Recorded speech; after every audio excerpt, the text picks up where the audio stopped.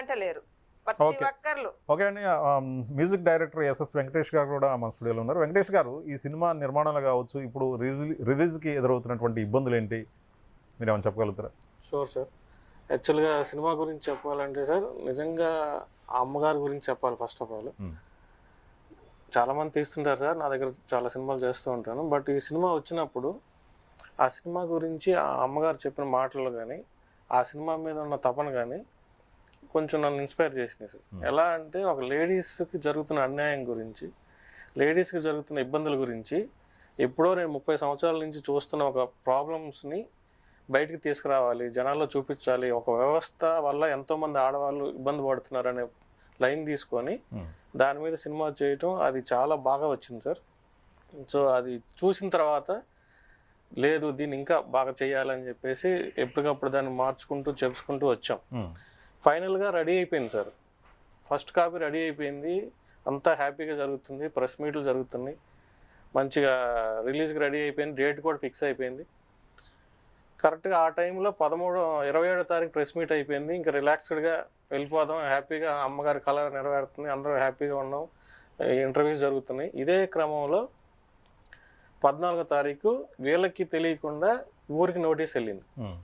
Notice వెళ్ళటం వల్ల ఏం జరిగింది అంటే, ఊర్లో అప్పటికి వీళ్ళు డబ్బులు అప్పడుకున్నారు, సినిమా రిలీజ్ కావడం కోసం కొంచెం డబ్బులు అప్పడుకున్నారు. అప్పు ఇస్తా అన్న వాళ్ళు 17వ తారీఖు ఇస్తా అన్నారు. 17వ తారీఖు ఇస్తా అంటే 14వ తారీఖు ఆ ఊరికి నోటీస్ వెళ్ళిపోయింది. నోటీస్ వెళ్ళటం వీళ్ళకి తెలియదు, వీళ్ళు ఎవరు చూడలేదు. ఆ నోటీస్ డైరెక్ట్గా ఊర్లోకి వెళ్ళిపోవడం వల్ల ఊర్లో వాళ్ళందరికీ తెలిసిపోయింది.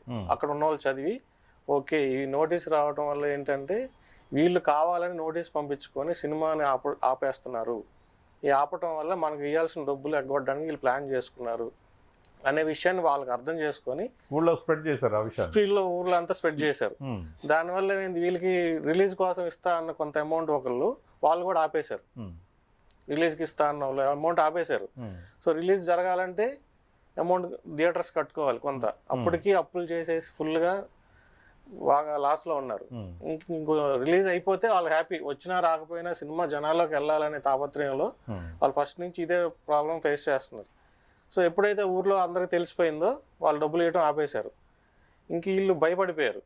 నా దగ్గరికి వస్తారు అంటే మేము అడుగుతున్నాం, చాంబర్ దగ్గరికి వెళ్ళి అడుగుతున్నాం, వాళ్ళు చేద్దాము ఏదో ఒకటి చేద్దాం అంటున్నారు. మధ్యలో ఇంకో సార్ దగ్గరికి వెళ్ళాం, గట్టి కుమార్ గారి దగ్గరికి, ఆయన కూడా చేద్దాం నేను కూడా మాట్లాడతాను అని మా ముందే ఆర్జీవి గారికి ఫోన్ చేసి సందీప్ వంగ గారికి మెసేజ్ పెట్టారు. చెప్తే ఆయన నేను చెప్తాను వెయిట్ చేయండి అని అన్నారు.